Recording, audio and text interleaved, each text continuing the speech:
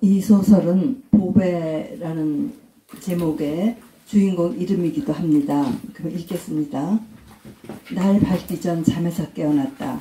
신새벽 눈을 뜰 때면 언제나 벽과 천장, 간소한 가구의 모서리가 희미하게 드러나기 시작하는 방 안의 전경은 물론 노인 요양원의 한 방을 차지하고 누워있는 나조차도 낯설어지는 감정에 젖게 마련이다.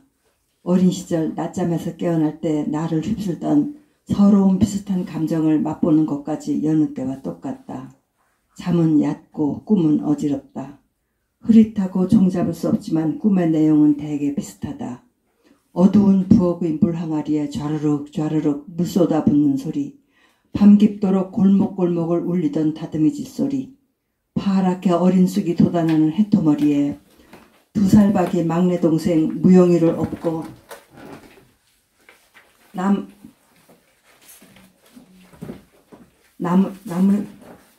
나물 캐던 일, 매주 띄우는 쿰쿰한 냄새가 가득한 방 안에서 등에 이불을 괴고 비스듬히 앉아 계시던 아버지의 깊고 슬픈 눈, 근자에 들어서 꾸는 꿈의 전경이 이곳으로 떠나오기 전 시절의 울밖을 벗어나지 못하는 것을 보니 나도 이제 갈 날이 머지않았나 보다 생각한다. 보배, 잘 잤어요? 좋아 보이네요. 어젯밤엔 또 무슨 꿈을 꿨나요? 평상시처럼 혈압기와 약을 들고 들어온 간호사 넬리의 한바구음과 수선스러운 인사말이 아침이 시작된다. 보배, 오늘은 무엇을 할 건가요? 남편의 묘지에 가볼까 해. 정원에 꽃이 많이 피었는데 그걸 좀 꺾어드릴게요. 문득 떠오른 생각을 내뱉었을 뿐인데 말을 하고 보니 그것도 좋겠다는 생각이 들었다. 점심때쯤 증손녀 제니퍼가 오겠다고 했으니 그의 차로 데려다 달라고 하면 될 것이다.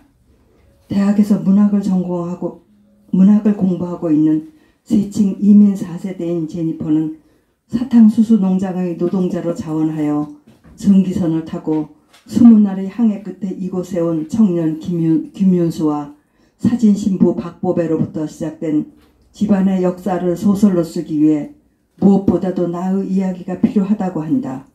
지난 세기와 함께 시작된 우리들의 역사가 그의 펜 끝에서 어떤 이야기로 기록되고 펼쳐질지 궁금하지 않은 바 아니나 많은 것들이 망각 속에 묻힌 지금 살아온 세월들을 충실히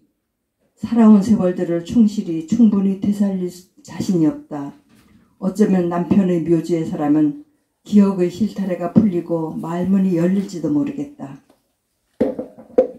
남편은 이곳에서 15마일 정도 떨어져 있는 한인 묘지에 묻혀 있다.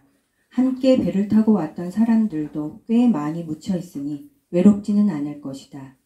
요양원으로 옮겨오고 난 후에는 발길이 뜸해지긴 했어도 나는 매번 다음에는 아주 오게 될 터이니 기다리고 계시오 라는 인사말을 남기곤 한다. 20년 전 그를 떠나보낼 때는 내가 이토록 지상에 오래 남아있게 될 줄 몰랐었다. 나지막한 산 둔덕에 자리 잡는 묘지에서는 저만치 멀리 바다가 보였다. 그는 죽어서도 바다를 보고 있다. 병들어 바깥 출입이 어려워지자 그는 2층의 베란다에 흔드는 자를 놓고 앉아 자신을 이곳으로 데려온 바다를 종일토록 바라보곤 하였다. 나는 그의 관에 그가 쓰던 안경과 옛 땅을 떠나올 때 신었던 가죽신, 그의 어머니가 수놓아 만들어준 수저집을 함께 넣어 묻었다. 노수저 한 벌을 넣어 가지고 왔다는 수저집은 간직하고 싶었지만 마지막에 마음을 바꾼 것은 그 비단 헝겊 주머니에 남아있는 얼룩 때문이었다. 장생불사를 상징한다는 해, 푸른 산, 흐르는 물, 바위, 구름, 소나무, 거북, 학, 사슴들을 수놓은 오색실의 빛깔은 수십 년이 지나도록 변함없이 찬란하였다. 그러나 자세히 보면 흰 비단 바탕에 군데군데 누르스름하게 번진 얼룩이 있었다. 새댁 시절 호라비 생활 10년간의 가난한 살림살이 중에서 어울리지 않게 호사스러운 비단 수저집을 발견했을 때 오색수로 정교한 십장생의 무늬보다 먼저 눈에 들어오는 것이 그 얼룩들이었다. 기약할 수 없는 먼 길을 떠나는 아들의 명과 복을 비는 마음, 흐린 불빛 아래 한 땀 한 땀 수놓으며 짓던 어머니의 눈물이었을까? 어쩌면 고향과 어머니를 그리며 그가 떨구었던 눈물이었는지도 모르겠다. 제니퍼는 그 옛날 조선 땅을 떠나올 때부터 지녔던 물건들이 자신의 글쓰기에 영감을 주리라고 했으나 내게 남아있는 그의 자취는 없다. 아니다. 그와 내가 함께 이룬 가정과 자손들, 그들과 더불어 일군 세상이 있다. 7 아이들을 낳아 2를 일찍 잃었지만 5명의 자식들이 낳은 자손들, 또 그 자손들, 낯선 땅에 옮겨 심은 가녀린 나무는 세월이라는 햇빛과 바람과 비로 뿌리내려 둥치는 굵어지고 가지를 무성하게 벗었으며 씨앗을 퍼뜨렸다. 아이들은 바람 타고 나는 갓털처럼 산 넘고 물 건너 너른 세상 곳곳으로 퍼져갔다. 이만하면 한 세상을 살았다 하지 않겠나 싶다. 그것으로 족하지 않나 싶다. 잊는다는 것은 곧 잃는 것이라지만 나이 80이면 잊는 것도 잃는 것도 그다지 안타까워할 일은 아닌 것이다. 기억이 너무 많으면 영혼이 무거워서 저승가는 길이 힘들어질 것이다. 그렇다 하더라도 제니퍼에게 이야기를 들려주기 위해서는 정신을 가다듬어 기억 속의 길을 찾아보아야 할 것이다. 서랍장에 간직해둔 사진첩을 꺼내 첫 장을 펼친다. 누렇게 바른 사진 속의 얼굴은 앳된 청년이다. 짧게 다른 앞머리칼을 말끔하게 뒤로 넘겨 넓게 드러난 이마 아래 두 눈과 꼭 담은 인매가 자신의 앞날에 대한 기대와 불안함이 뒤섞인 표정을 만들고 있다. 긴 항해의 멀미조차 잊게 만든 불안과 설레임, 이제 처음 만나게 될 남편에 대한 온갖 공상 속에서 하루에도 수십 차례씩 품속에서 꺼내보았던 사진이었다. 사진 속의 그가 바로 내 운명임을 모르지 않았기 때문이었다. 그러나 호놀룰루에 도착하여 첫 대면한 남자는 사진 속의 그 젊은이가 아니었다. 사탕수수 농장에서 막일꾼으로 보낸 10년 세월로 중늙은이가 되어버린 그의 얼굴에 칼금을 만들며 어색하게 비어져 나오는 웃음을 보면서 그 낯설음과 실망감에 울음이 터져 나올 것만 같아 나도 모르게 얼굴을 돌리지 않았던가. 장을 넘겨 명례와 봉옥이와 함께 사진관에서 찍은 사진을 오래 바라본다. 우리는 우리 앞에 놓인 길을 지워버리고 머나먼 미지의 세상으로 거침없이 뛰어들었던 용감한 처녀들이었다. 명례는 남편과 마찬가지로 한인묘지에 묻혀있고 일찍 캘리포니아로 들어간 봉옥이와는 소식이 끊겼다. 죽었거나 살아있거나 앓고 있겠지. 하와이에 가기로 결정하고 예배당을 나온 우리는 사진관에 가서 각각 신랑에게 보낼 독사진과 셋이 함께한 기념사진을 찍었다. 먹물먹인 실로 살을 떠서 의형제를 맺으며 죽을 때까지 형제의 우애를 나누자고 다짐한 것도 그날의 일일 것이다. 우리는 뿔뿔이 헤어졌지만 똑같이 왼쪽 팔뚝 안쪽에 새긴 3개의 검은 점은 시든 피부에 아직 남아있다. 부모는 숭례문 부근 의원집에서 행랑살이를 했다. 너른 안마당 한쪽으로 수십 개의 약탕관이 질비하게 놓여 언제나 약다리는 냄새가 진동하던 것, 방마다 침을 맞으러 온 사람들이 그득하던 것, 토방에 어지러이 흩어져 있는 신발들을 가지런히 정리해 놓던 어린 내 모습들이 떠오른다. 마당쇠로부터 청지기, 약다리는 일과 병자 수발들은 일을 가리지 않고 하시던 아버지가 병을 얻어 눕게 되자 어머니는 큰 살림의 안짬자기로 바쁜 중에도 아버지의 일까지 하느라 집 안팎을 팽이처럼 돌며 쉴 잠이 없었다. 주인 마나님은 영천 부근의 예배당에 다니는 예수꾼이었다. 나는 15살 무렵부터 주인 마나님을 따라 해동 예배당에 다니기 시작했다. 글을 가르치고 서양식 공부도 가르쳐준다는 말에 솔깃했던 것이다. 행랑사리의 구실도 잘 못하는 병자인 아버지에 대해 못마땅해 하는 기색 없이 보아주던 무던한 주인 마나님의 마음을 거스르지 않게 위해서인 듯 부모도 예배당 가는 일을 막지 않았다. 명례와 봉옥이는 예배당에서 만난 동무들이었다. 명례는 고아로서 선교사인 렌튼 부인이 집안일을 시키며 거두는 아이였고, 얼굴이 예쁘고 몸태가 고운 봉옥이는 소실의 딸로 제 엄마처럼 돈푼이나 있는 남자의 첩실이 되거나 곤번에 들어가야 할 처지였다. 18살이 된 내게 어머니는 시집보낼 걱정을 하셨으나 나는 시집보다도 신학문을 가르친다는 이화학당에 들어가고 싶었다. 사람들은 남의 첩이나 기생들이 다니는 학교라고 손가락질했으나 진홍색 치마 저고리를 입고 책보를 들고 가는 그들을 보면 그렇게 부러울 수가 없었다. 언젠가 먼 발치에서 나 몰래 도둑손을 본 남자 쪽의 어머니가 얼굴이 각지고 어깨가 사내처럼 넓어 팔자가 드세겠다고 퇴박 놓았다는 말을 건네 듣고는 더욱 그러했다. 비슷비슷한 처지의 남자를 만나 가난과 관습의 굴레에서 한치도 벗어나지 못하고 어머니처럼 이 땅의 모든 여자들처럼 여자로 태어난 죄를 한탄하며 살다가 죽으리라는 생각을 하면 가슴이 꽉 막혀오는 것만 같았다. 어느 날 렌튼 부인이 우리를 목사관으로 불렀다. 조선을 떠나 하와이라는 곳으로 갈 생각은 없는가고 물었다. 그곳에는 수년 전부터 많은 조선 청년들이 옮겨가 큰돈을 벌면서 일하고 있는데 참한 교수를 찾아 혼인하고 싶어 한다는 것이었다. 그곳은 조선 땅에 비할 바 없이 넓고 자유로워 원하는 공부도 할 수 있다고 하였다.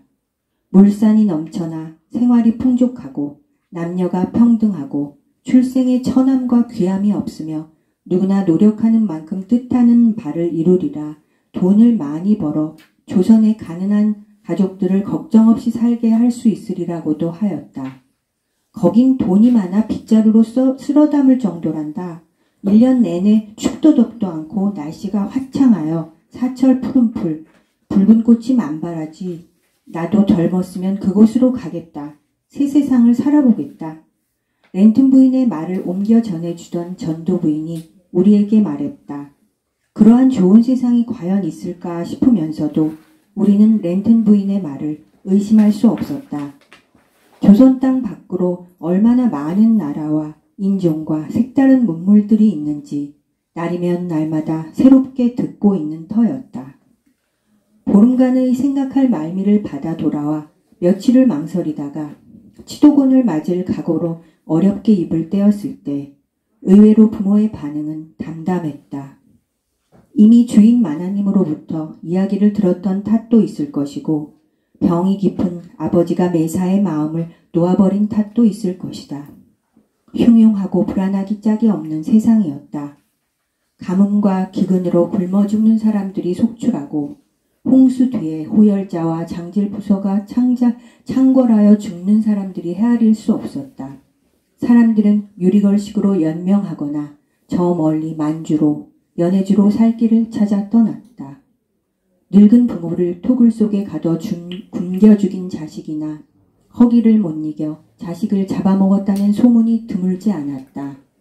대궐의 일장기가 내걸리고 곧 외놈의 나라가 되어 조선 사람들은 그들의 종살이를 하게 되리라 하였다.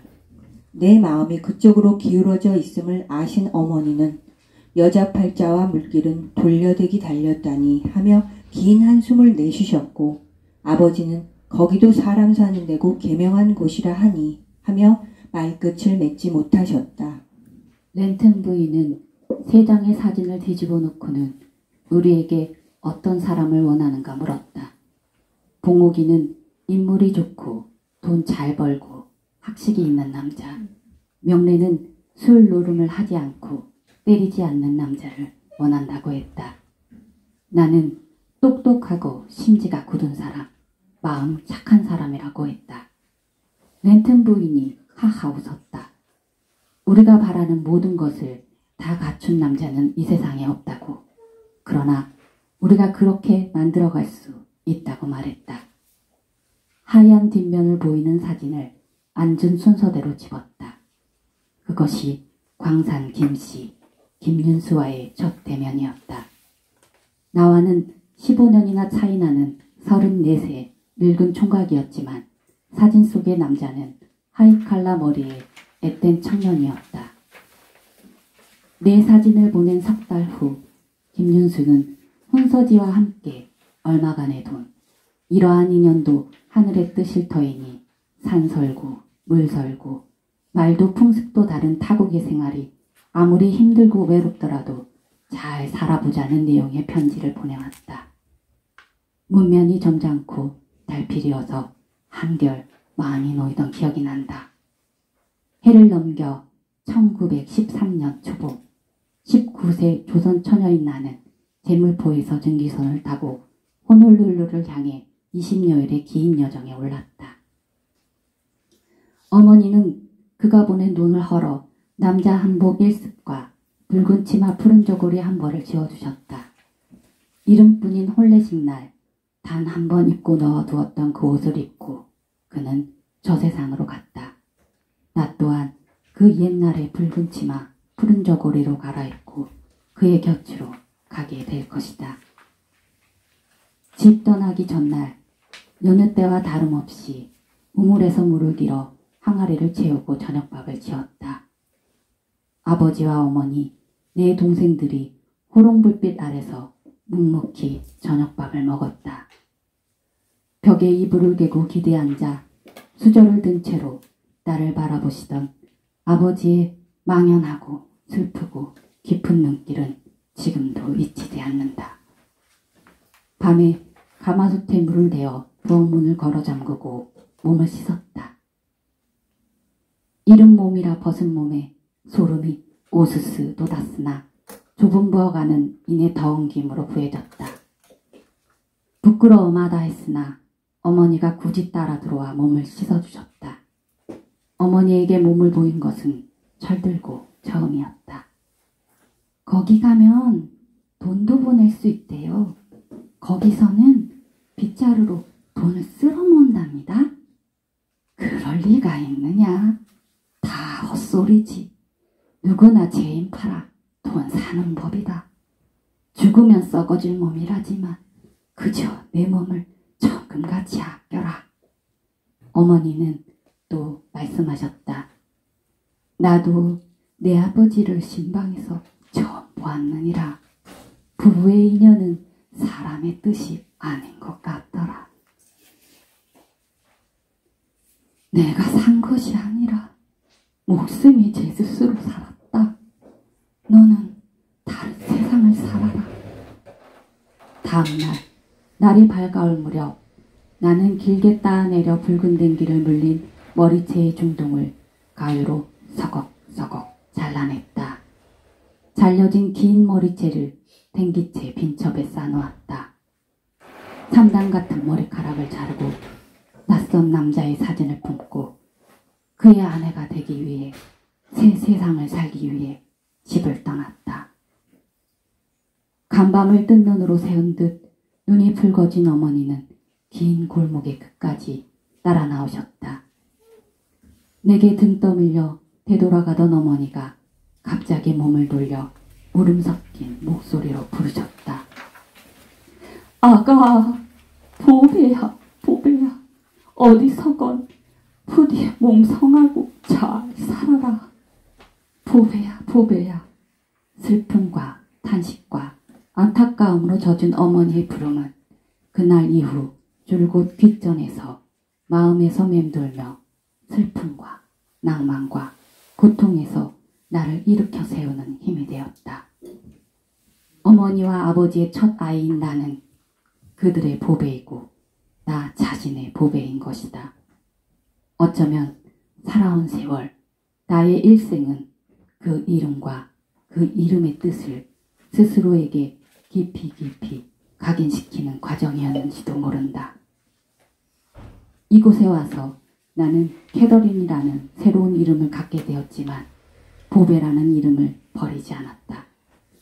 보배란 가장 귀하고 소중하고 아름다운 모든 것을 가리키는 말이라는 것을 알게 된 자식들은 그들의 아이들에게 보배라는 미들네임을 붙여준다. 제니퍼 보베 밥, 필립 보베 김, 신시아 보베 야마시타. 세상 곳곳으로 흩어져 살아가는 아이들이, 우리가 가보지 못할 미래의 세상을 살아가게 될 아이들이, 그들이 처한 모든 곳에서의 보배가 되기를, 무엇보다도 자신의 보배가 되기를 바라는 마음에서일 것이다. 남편은 평생 부지런한 노동자이며 성실한 가장으로 살았다. 또 떠나온 땅과 두고 온 사람들을 그리는 감정을 비치는 일이 없이 살았으나 늙고 병들어서는 고향으로 가는 바닷길만을 바라보다가 죽었다. 내가 그를 알았다고 말할 수 있을까?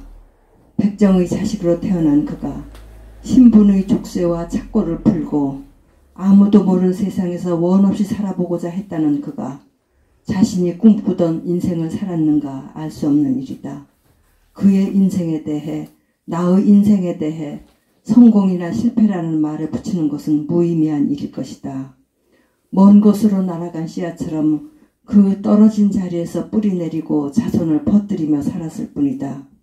그와 나는 사탕수수 농장의 노동자로 해돋이에서 해넘이까지 무거운 짐을 진 노새처럼 노역의 삶을 묵묵히 이끌어갔고, 그런 중에 차례로 태어난 아이들은 캄캄한 밤의 반딧불이처럼 신비한 빛으로 고된 삶의 의미와 가치와 보람을 일깨워 주었다.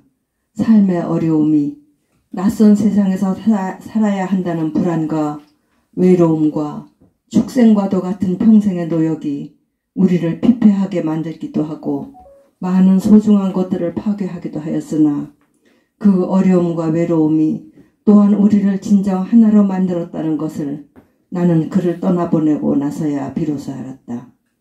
사람들은 흔히 자신의 일생을 소설책으로 엮으면 10권도 넘을 것이라고 말한다.